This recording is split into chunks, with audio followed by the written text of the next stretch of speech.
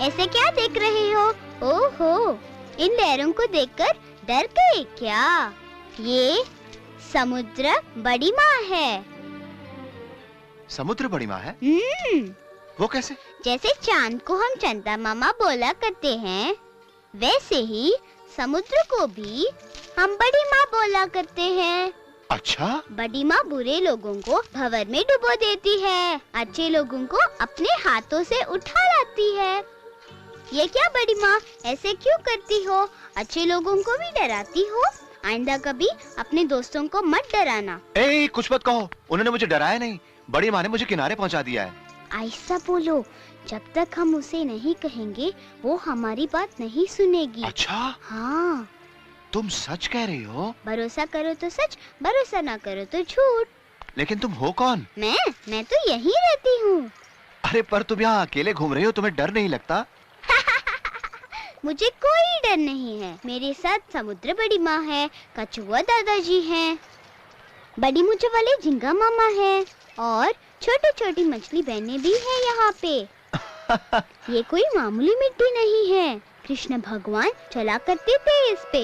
सागर के नीचे समुद्र से निकले श्री कृष्ण की है ये द्वारिका, श्री कृष्ण की है ये द्वारिका, श्री कृष्ण की है ये द्वारिका।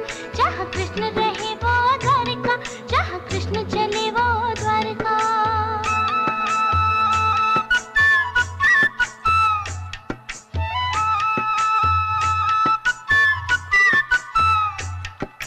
बाल कृष्ण की भोली सूरतिया, पाँव में थी सोने की पैंजनिया। सत्यभामा का यही नगर, रुक्मणी देवी की यही डगर, बजती थी यही मुरली, सुनते थे सभी पंछी, शंख भी बजा था, शिशुपाल का वध हुआ था। सदी पुरानी है किसकी ये कहानी, ये कहानी। सागर के नीचे डूबी हुई श्री कृष्ण की है ये द्वारिका, ये कृष्ण की है ये द्वारिका, श्री कृष्ण की है ये द्वारिका। जहाँ कृष्ण रहे वो द्वारिका, जहाँ कृष्ण चले वो द्वारिका। ऐसा बहुत कुछ है। अब वो सब है या नहीं मैं नहीं जानता, लेकिन तुम्हारी बातें सुनकर लगता है कि यहाँ जरूर कोई कहानी छिपी हुई है। ये बताओ, तुम स्कूल नहीं जाती? तुम पढ़ती हो कि नहीं? और तुम्हारा घर कहाँ है? वहाँ दूर, उधर देखो, जहाँ आकाश और भूमि मिलकर एक हो जाते हैं ना, वही मेरा घर है।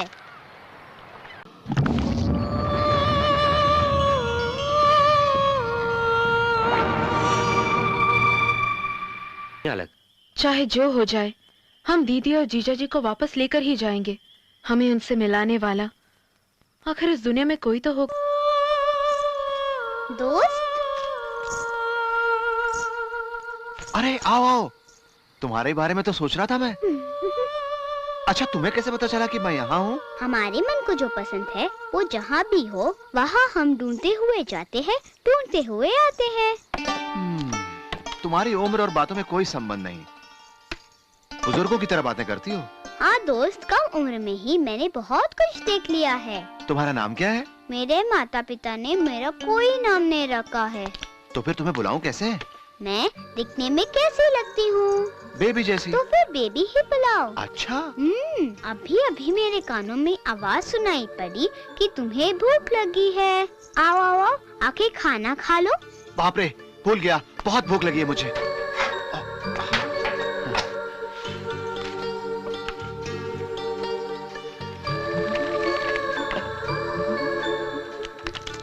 खा लो। मैं शुरू करता हूँ, ओके? बहुत मजेदार। तुम्हारी पसंद की चीजें बना के लाई हूँ। हाँ, ऐसा लग रहा है जैसे मेरी माँ अपने हाथों से बना के मुझे खिला रही है। अरे, तुम्हारे माथे पे ये तिल बहुत अच्छा लगता है। ये तिल नहीं है, मेरी माँ ने अपने आंसुओं से नजर का टीका लगाया है। अच्छा, यानी ये सब खाना तुम्हारी माँ ने बनाया है? तुम्हारे डैडी क्या करते हैं? मेरे डैडी पहले तुम जल्दी खाना खा लो, फिर हम थोड़ी देर घूम के आएंगे, खेलेंगे, कूदेंगे। ठीक है। दोस्त, मैं तुम्हारी अच्छी दोस्त हूँ ना? हाँ। मुझसे बढ़कर तुम्हारा और कोई दोस्त नहीं है ना? अरे मेरे सिर्फ एक ही दोस्त है और वो तुम हो। तुम झूठ बोल रहे हो। नहीं, सच, मेरा कोई नहीं है, मेरा यकीन करो। हाँ सच। मैं साफ जानती हूँ, तुम्हारे मन में एक सुंदर लड़की की मूर्ति है, उसे तुम बहुत चाहते हो, वो भी तुम्हें बहुत चाहती है, इसलिए तुम कृष्ण मंदिर के पास जाओ, वो इस वक्त वहीं पर होगी। अगर कुछ छुपा के रखा है तो उसे दे देना, मन की बात या गले का हाथ। ना परमिशन कहीं जाना पड़ेगा। वो कैसे हो सकता है? हो सकता है।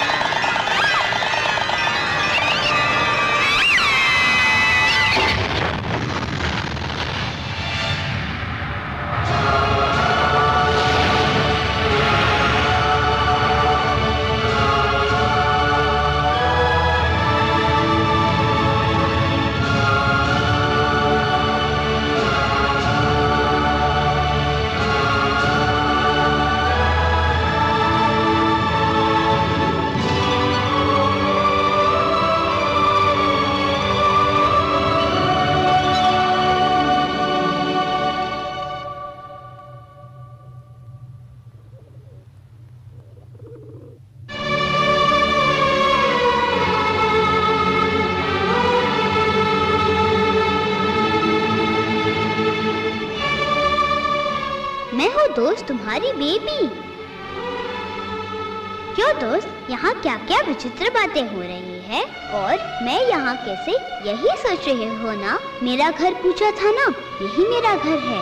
इस कुर्सी पर मेरे डैडी बैठते थे। मेरी माँ इस रसोई में खाना बनाती थी। उस कमरे में मेरे डैडी द्वारका की वस्तुओं की तस्वीरें बनाते थे। मेरी तस्वीर भी डैडी ने बनाई थी, वो देखो।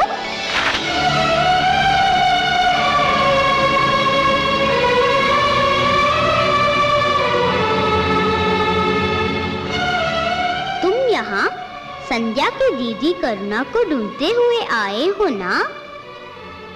वही मेरी माँ है। जानना चाहते हो क्या हुआ था? सुनोगे तो नहीं मानोगे, दिखाती हूँ। चलो दोस्त, मैं तुम्हें तारों की दुनिया में ले चलूंगी। वहाँ पर मेरे डैडी है।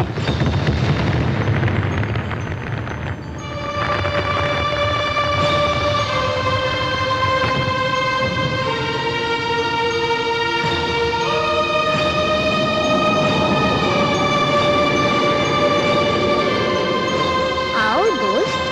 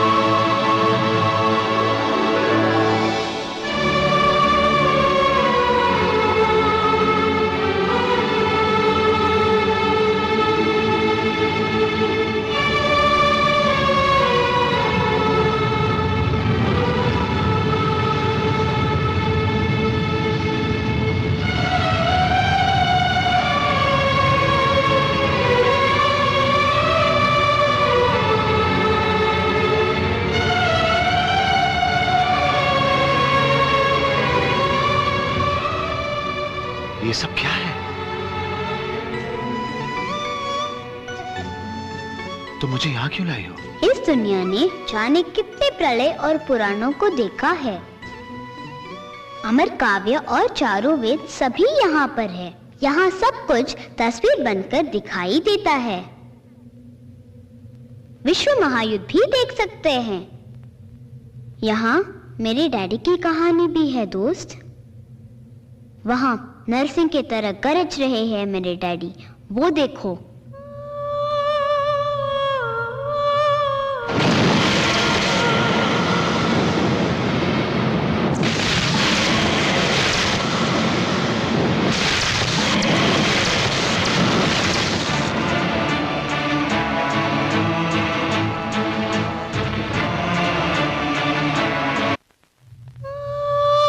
मेरे डैडी द्वारका में आर्कियोलॉजिकल डिपार्टमेंट में ऑफिसर थे। जहाँ मेरे डैडी जैसे अच्छे लोग थे, वहीं भूत प्रेत को पूजने वाले दुष्ट लोग भी थे।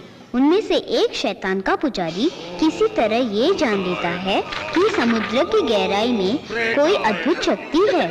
वो दुष्ट उस शक्ति को पाकर अमर होने की मंशा से हर साल महा अमावास के दिन छोटे छोटे बच्चों की बलि देता रहा है। Daddy, daddy, daddy, daddy, daddy.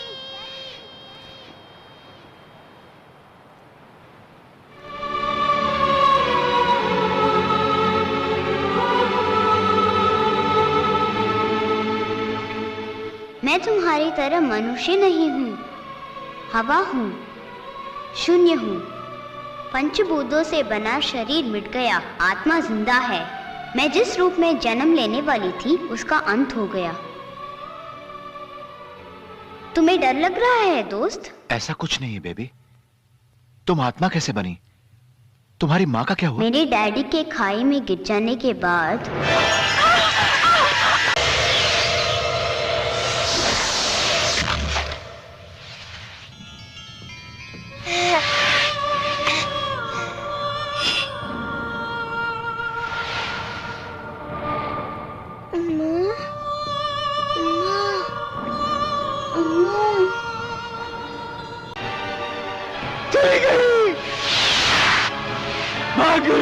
भाग गई।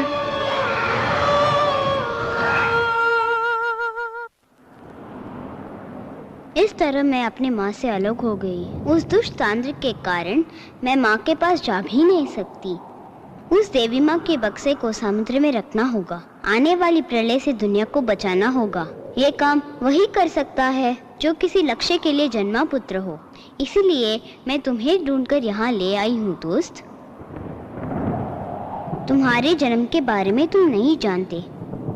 सारे नवग्रह जब एक दिशा में थे, उस अवसर पर आदिशक्ति के लग्न में श्री कृष्ण का जन्म नक्षत्र रोहिणी जब जगत में प्रचलित हो रहा था, तब एक अभागिन ने देवी माँ के मंदिर में तुम्हें जन्म देकर अपना दम तोड़ दिया था। वह ब्रह्म मुहूर्त था, इसलिए अनाथ बनकर इस धरती पे जन्म लेने वाले तुम देवी माँ के चरणों में पलकर देवी पुत्र बन गए हो। इसी कारण मैं आत्मा हूँ, फिर भी तुम मुझे देख रहे हो।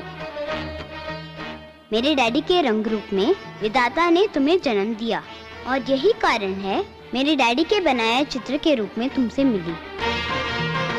मेरी माँ के हाथों से ही वह शक्ति समुद्र में वापस जाएगी। ईश्वर ने एक स्वामी जी द्वारा ये मेरी माँ को कहलवाया। मेरी माँ को तुम्हें बचाना होगा, उस प्रलय को रोकना होगा। मेरी माँ के बगल में तुम देवी पुत्र बन के खड़े होकर मुझे मेरी माँ को दिखाओगे ना दोस्त? तुम्हें दिखाऊंगा। आपके पति उस महाशक्ति को जहां से उठा लाए थे, उसे वहीं रखना होगा। ये ख्वाहिश किसी और की नहीं, आपकी बेटी की है। मेरी बेबी?